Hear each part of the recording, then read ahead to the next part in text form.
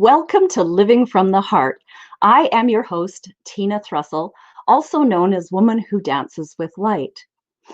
I am a spiritual healer, a NIA teacher, a mindfulness trainer.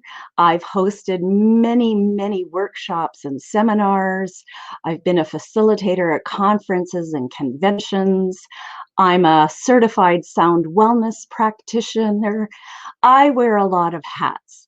I'm the co-founder of Best You Can Be, but the common denominator behind all of that is that I am a messenger of the Shindow, the way of the heart.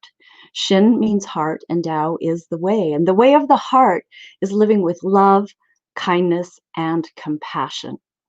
And I began hosting this show in 2019 as a way of bringing this message of living with love from your heart and living with passion to the world.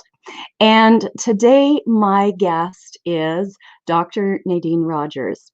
I met Nadene when she was Reverend Nadene Rogers at the Joy of Life Center in Calgary, where I live. And I love the fact that this woman approached the whole spiritual world from a heart-based perspective. She approached new thought with, it's so funny that they call it new thought, right? Because nothing is new. It's old thinking for sure, but brought to light in a new way. And she has this huge, varied history. She's done so much and done so much for so many. So it's my absolute pleasure to bring Dr. Nadene Rogers onto this show. Hi, Tina. Hi. Hi. Nice to be with you again. Thanks for the honor of being on the show with you and to have some fun. I hear this is a fun place to be. So I'm ready. I'm ready. Yeah, you should be. As a woman, I said that you had this vast history, right? Clowning was part of your history. Yes. And the interesting thing about that is when I think clown, I think tons of fun. But it wasn't necessarily all fun, was it? Because clowning is a way of doing some inner work and moving a person forward. Well, it's certainly an inner work, as you said. It's an art of the shadow. It's actually an art of becoming congruent and bring together, which was what I discovered for me, all the unseen places, whether they're the ones that feel broken or judged or perceived as less attractive, and all the ones that you want to hide because they're precious to you, that you haven't really given fuel to yet because you're uncertain if you bring them out. They may get trashed or misinterpreted. So it's everything that we keep inside. Clowning was a way for me to bring it out and actually to heal myself from substance abuse where I hid. So clowning was the antithesis of hiding, as you can imagine. Yeah. Wow. It always fascinated me. It always fascinated me that you had that huge clowning history. And I loved it when every now and then you would bring out your clown nose and just share something with that. And it is a fun way of bringing a message to the world, in my opinion. Well, it's fun because it's surreal. You know, with the humor and the animation, the exaggeration, the lack of sense, because clowns are quite illogical in one way of how they put life together in their perspective of life, but it always comes out working with a clown. You know, and it allows, you know, historically, clowns were there to tell the truth in the courts, the heyoka in the indigenous culture. The clowns would come and they would be the truth sayers, the truth tellers, actually the bringers of the light through fun and play, because you always relate. You can always connect to what's the big T truth, even if you're not thinking of it, even if you're in the worst place in your life or in the world of condition. When you hear it or sense it or see it or feel it, you know, and then you're pulled. And clowns would pull people to that place of light and lightness within themselves. You know, and kind of segueing to the idea of entrepreneurial leadership or the emergent leader, I think that's one of the greatest pieces of self-work that we need to do, is to take ourselves lightly. Wow. Wow. That's powerful. I didn't know that clowning had such an auspicious beginning, that it had, like, the clowns had such an important role Mm-hmm. in the courts and whatnot, to bring that truth with lightness, because it's easier to face the truth when it's approached with lightness. That just makes a lot of sense. Well, yes. I mean, life is what it is based on our perception, as you well know. And so what we need to do is be able to be fluid and shift our perception and not be attached to any one thing. And that's really hard, because most of our lives we're trying to scratch our way or open our way to an identity that we feel comfortable with, fulfilled in, proud of, want to take out and show off. But the identity often comes from this idea of comparison and the world of form, as opposed to the essence of our soul and the qualities of the creator, or that which made us. And so as we start to lean more into the identity with that, then we can let go of the identity pieces and the attachment to the outcomes and the form, which is also a very crucial part of being a heartfelt or servant leader. Absolutely, yes. That, coming from our heart, is about letting go of some of the identities, as you say, that are based on comparison and all those external circumstances around us. When we start to go within and, as you say, become congruent, which is what you say clowning helps you to do, to become congruent. Yeah. And for people that might not be, everybody's heard that term, but what does it really mean to be congruent? Congruent. Well, we don't create anything new in our life in a conscious sense unless we have a vision of it, right? And then we set an intention to move toward that. And that takes a few different things, aspects of ourselves. And one is the right use of will. And the right use of will is not willpower, which is married to the ego, which forces things to happen, which using willpower will create things, but we won't sustain them, because they're not coming from, as you know, the thought, the area of causation, which is a thought plus desire, right? Which is grounded in principle. So can't remember the question. Louis my clown character just took over me for that moment. You asked me about congruency. Okay, thank you. All right, here we go. So sometimes it's hard to interview me because I often have a split personality, which and my phone keeps ringing. What is this?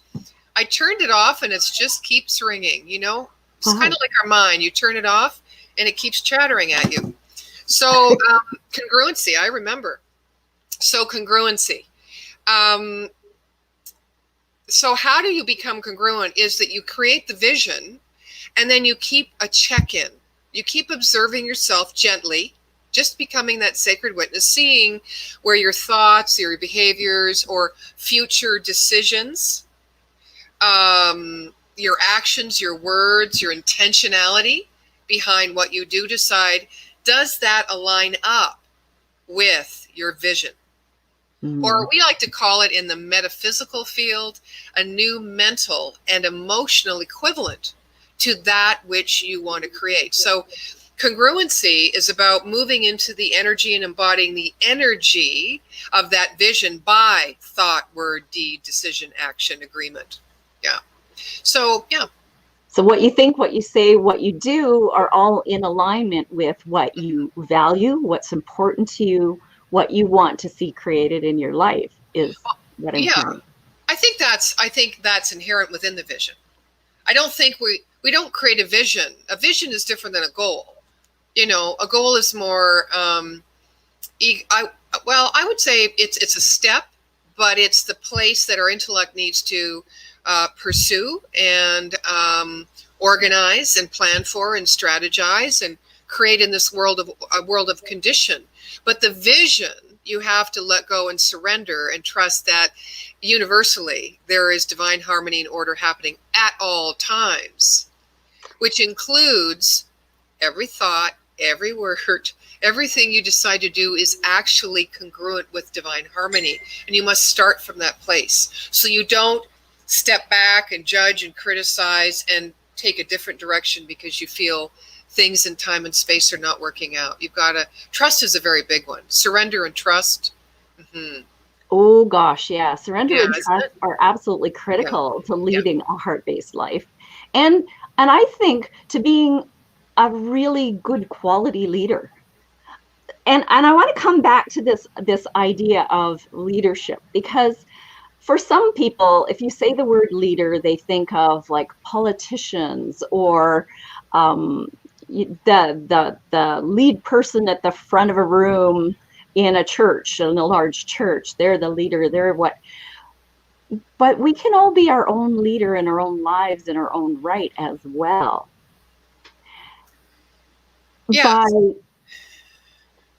By setting an example of the way we live, right? Exactly. That's the only way we can lead. You're right. Totally right. By example. I think it's more of a spiritual authority that we each take, which means, again, understanding that our divinity, or whatever that inherent birthright is as spiritual beings having a human experience, our divinity and our humanity are one thing. And certainly that's been my journey, is to understand that I need to love myself, to embrace myself first and foremost, and all else shall follow. All else shall follow. And every time I make a very important decision, I won't say it happens when I make a minor decision, but a real important decision that I know inherently, intuitively is going to impact me moving in the direction of my vision, I always stop and go, is this the highest and best for me, from a place of love, not with attachment to the success of the outcome or the reaching of this vision or the completion, because there is no completion. You know, have you noticed every time you want something and you achieve it, it's like, it's almost, you get a moment of, yeah, check. And then it's like, oh, now what? Yeah. So you can't, when you live from the heart, you don't live in wanting. You live in giving of self. Ooh. And I think that's another really big key in being, living in spiritual authority and being able to lead by how you live, by being that generosity and that self-givingness of the spirit, you know, being creative, being not selfless, because everything we do is for us. Yeah. It is, you know, we gain every time we give, every time we involve ourselves or create a new project or make a decision, it needs to benefit us first, but not at the exclusion of the good of others. There's the key, right? I think that's it. That's the key. And, you know, it took me a long time. It was actually Neil who downloaded this phrase, the Shindow, the way of the heart, as an encapsulation of everything that we do, the work that we do within Best You Can Be, the way we live our lives.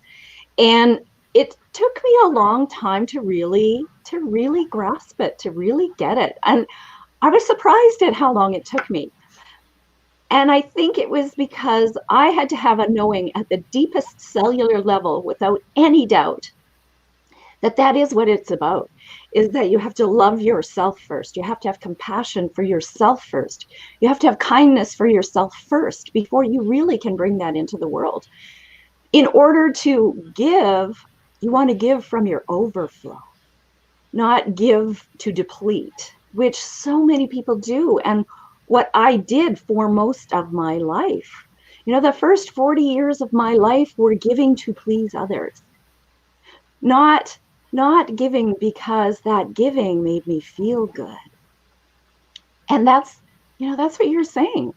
That giving has to be something that gives to us as well as gives to others.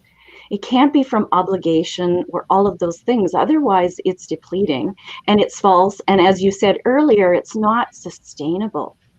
Mm-hmm. Mm-hmm. And yet, I think it's really important to know that love is all there is anyway, in a universal level, in a world level, by virtue of the commonality we share with wanting to come home to ourselves, each and every human being, no matter what their path or their reasoning is to get there. And if we can just look around and I know you're very big on this too, Tina, is gratitude for God or life or whatever that idea is, that infinite mind that's back of all creation, to see it everywhere, to start there. And that's what living from the heart does. It allows you to start there and bless it, see it, and be grateful, and then start to pull it apart if you need to to understand. But often if you start with a heart of gratitude and blessing, which is the giving of life itself through you, as you don't need to understand it as much. And when you don't need to understand, then that idea of separation doesn't begin in your mind. Either or, me, I, they, me, you. And you start to move into this beautiful paradigm, which all of us are wanting, no matter what we call ourselves. I don't really like the word healer. I don't like the word light worker. I don't know what the word is. I'm just me. Even the I am that I am brings you to that idea of oneness. But I think we just need to be who we are in the moment. You know what? Just be present and be that fully. That's my recipe, and that's my healing. I'm going to be 67 next month, and I don't know, and I've got tons of learning yet to do. I have no idea where it's going to take me. And, my favorite thing is living in the mystery and loving it. And you can't do that if you don't live in your heart. You can't do it. Life will crush you. It'll become bigger than you. And actually, it actually is bigger than you, but, spiritually, Brené Brown's book, Dare to Be Great, right? I think we should do a twist on that. Dare to be small. Now, I know it kind of plays with your head, doesn't it? It's like, if I am small, then I can look and see the largesse. If I put my ego mind hat on and I see myself as this great person, this achiever, and I'm feeling great about myself, and I'm really identified on an ego sense, then I can't breathe into the greater mystery and surrender to it, because I have it controlled. I finally got it, Things are cooking, man, and my life's working, and don't disrupt this, But dare to be small means to me, the meek shall inherit the earth. It's like be humble, be aware, be the listener, be the supporter, be in the moment, and be fluid with the flow of life and trust it. Because sometimes when we get so big in our mind of who we want to be or who we feel we are, there's no place to grow. So I was just playing with that idea, dare to be small, and I thought, well, that's kind of weird and maybe interesting, And it is interesting, and I think that applies really well to leaders, because if a leader is so focused on being great and being big and being, everything out there, then they lose touch with that humbleness, with that true sense of service, with coming from that heart place, right? And that excites me, actually, to think about that. And it's not so difficult, right? What we all want to do is be seen and heard and valued for who we are. And yet we spend most of our life being afraid to be seen, not speaking our voice to be heard. And therefore, we keep affirming that we're not of value ourselves, but we struggle to get it, and that's all everybody wants. So if you can just take that breath and be with someone in the moment and see and hear them. It doesn't matter what the role or what the position as a leader you are. You could be a doctor, you could be clergy, you could be a policeman, and you could be a teacher, you could be a co-athlete. Doesn't matter. Right? If you give that space where you make that person, you hold the great regard and honor of that person, you're not going to have any problem with communication. There's not going to be any conflict. It's really simple if you get yourself out of the way. And that's why I circle back to take yourself lightly, so you can get yourself out of the way. Yeah, that's brilliant. That really is a great definition of living from the heart. Getting out of your way, staying humble, staying in that place of love, wanting to, I can't even say staying in the place of love, being love. It's really about being love. That's it. You know, I had a dear friend that helped me start the Joy of Life Center. His name was Bill Saviak. Used to call him Billy, used to irritate the heck out of him. And he walked behind me and beside me and in front of me in cases through every day that I was involved with the Joy of Life. And you know, near the end of his life, about a year before he passed, he had an inkling, and I was his practitioner. And he used to say, I call him up and say, "Hey, Billy, what do you want? What do you want me to treat for you today? Do a spiritual mind treatment or an affirmative prayer round?" He says, "To be love." And then I'd call him, 3 days later. "Hey, what do you want me, what's going on for you now? Do you want to have no, be love, be love, be love, be love, be love." And it's such a big idea that we often we overlook it. We call it trite. We call, it's everywhere, be the change, be the love. If you want to attract anything, you have to be it. You have to embody the energy, and then you lean into it and you become it. And therefore you attract it everywhere. Everyone's like, yeah, but no, you're going to come back to it over and over and over again.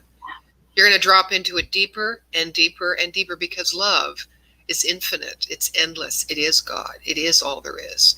And we are not infinite. So just think of how much joy and adventure and beauty and taste of life there is left for each one of us as we follow the path of the heart. Absolutely. For me, that is the biggest gift of living from the heart, is the joy that outflows, the joy that I get to experience of just loving life, of living life, of, as you've said, seeing the beauty in everything, just being grateful for everything, even the ugliness, even the challenges and the trouble and the strife, because the beauty of that is that those times help us to grow. So there's so much to be grateful for. Everything is a gateway to love. Everything. So just check. You're either moving away from it or you're moving toward it. And when you're moving toward love, why are you doing it? Are you being called? Are you being pulled? Michael Beckwith would say, may we live our life being pulled by our vision instead of pushed by our pain. But you know what? I say, whatever way you get there, because we're all going to go there. We're all going to get there. We're all going to realize it. It's within each and every one of us, that capacity. And it costs us. What does it cost us? I'm known in some circles by saying you can have your cake. You can have your cake and eat it too. I love food. I'm a foodie. And I believe we can have it all. What we can believe and perceive, we have the capacity to create if we get out of our own way. So yes, I believe we can have it all. But what is compelling you to live from your heart? And you know what? You can either figure it out and dig, or you can just keep putting one foot in front of the other. It takes far less energy if you use your mind to bless and position yourself in the now and in gratitude and in harmony with life than if you use it to deconstruct, analyze, justify, defend. Oh my gosh. I mean, our mind's very important, but it is the gateway, as you know, to the heart. It is. Because you gotta agree to go there, right? Yeah. But it's also what stops us. So the garden we tend is our mind, so that we can live the path of our heart. Yeah. Yes. Oh, that's beautiful. So if somebody, oh, I see we got a comment from somebody here. I should just see Patricia. Oh, she says, amazing, ladies. Thanks for joining us, Patricia. We appreciate that little bit of acknowledgement that somebody's out there with us watching at this time. Um, so if you have any questions, if anyone who's watching that hasn't posted yet has any questions, feel free to type them into your comments and it'll show up here on my screen and we can respond back to you. I would like to give you a compliment, actually, or an acknowledgement that, when I was doing ministry, and I was very serious in the beginning because, I had big commitment and I had no idea who I was as a minister. I mean, that was a very big word, a very formidable word to me, because I only had the reference to traditional ministry. And I knew that I had to grow into my own skin and make it my own, but I had no understanding. So I was very serious in the beginning. You know that, right? Yeah. I think that's why Spirit led me into clowning, just to break myself up and truly stand beside myself and be out of my mind so I could learn my heart. But you always said, when we were doing that Calgary New Thought Alliance group, and we started doing the Season for Nonviolent, peace walk, you said, you kept in those early initiative meetings, you kept saying, the heart, Nadene, the heart, it's all about the heart, and I kept saying science of mind and new thought, trying to approach it, and you go, no, it's like, it's all about the heart. And at that time, no, honestly, that was like about 8 years ago, maybe 10 years ago. Yeah. I was like, yeah, I know it's about the heart. I know it's about the heart. I know about heart. Oh my God. And yet you were niggling me and you triggered me. And sometimes you irritated me because I knew that I wasn't opening really to embody what you were saying. So I want to thank you, because you may not know that, but you were one of those people at that time that helped shift me just the right amount toward the trajectory of where I am today. So thank you, Tina. Oh, wow. No, I had no idea. Oh my goodness. That's wow. Yeah. Wow. Thank you for sharing that. I feel very blessed and honored to have been placed in your path to help. Oh, yeah. Little... It's like, okay, could we turn it? It's like, okay, I got it, Tina. What else? Now have someone else go to sleep. And I didn't recognize that it was the piece in me, or the part of me that still was resistant. And you know what it was, the resistance? I'll say it in one word: vulnerability. Vulnerability. Yeah. Yeah. That is huge. Huge. And the more vulnerable we are, the more real we are. The more we fear we will be judged and rejected. And yet my experience has been that anyone who's willing to be truly vulnerable becomes so much more well-loved, because that's what people want to see, is the real you. And so yeah. And vulnerability just quickly cuts through separation. Yeah. Heart, liqueur, courage to be vulnerable. The way of the heart is the courage to be vulnerable. Yeah. That's beautiful. What a beautiful final comment. Like, wow, yes, we are almost at our half hour. So before we disappear, I want to put your website up on the screen. And for those who might be listening to the audio, it's www.Nadene Rogers, that's spelled NadeneRogers.com. And what are people going to find at that website, Dr. Nadene? A multiple personality individual who has her finger in every pot, who loves life, who is here to serve in whatever way I can. And some of the ways that you can include being... Okay, facilitating workshops, teaching courses, coaching, doing ceremony of many kinds, weddings, celebrations of life, legacy, baptisms, all those good things. And I also still teach the aspects of clowning for personal growth. When asked to, I do retreats and workshops. But I can do it in any setting, in a corporate setting, in a women's retreat setting. I love working with youth and high-risk youth.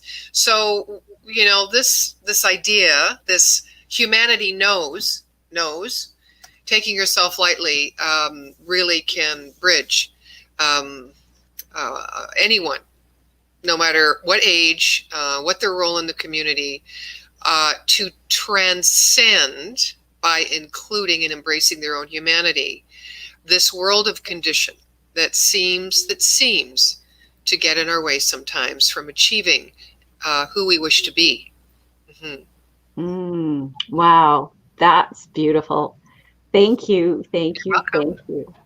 So before we disappear, I would like to remind our viewers and our listeners that there are 49 episodes of Living Up From the Heart. And so if you care to see some of the past episodes, you can go to our YouTube channel, Best You Can Be. That's spelled BEST, the letter U, CAN, the letter B. And there are other great videos there as well.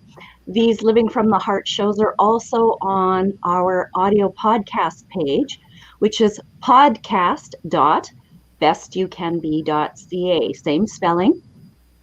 And as I say, there are 49 episodes to be listening to and watching there. And I also would like to just let people know that I do offer Shindow Way of the Heart sessions.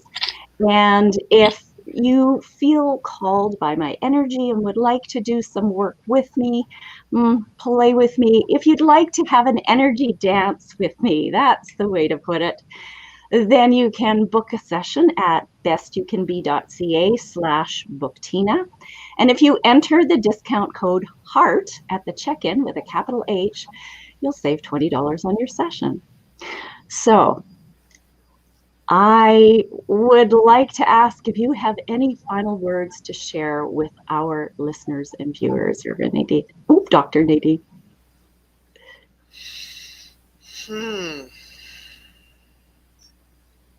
I think just know what a blessing you are to this world. Just the way you are. Beautiful. Beautiful. Remember that, folks, you are a blessing. Thank you for tuning in to this episode of Living From the Heart. Ciao for now. We'll see you next week when I have a new guest. Bye-bye. Bye.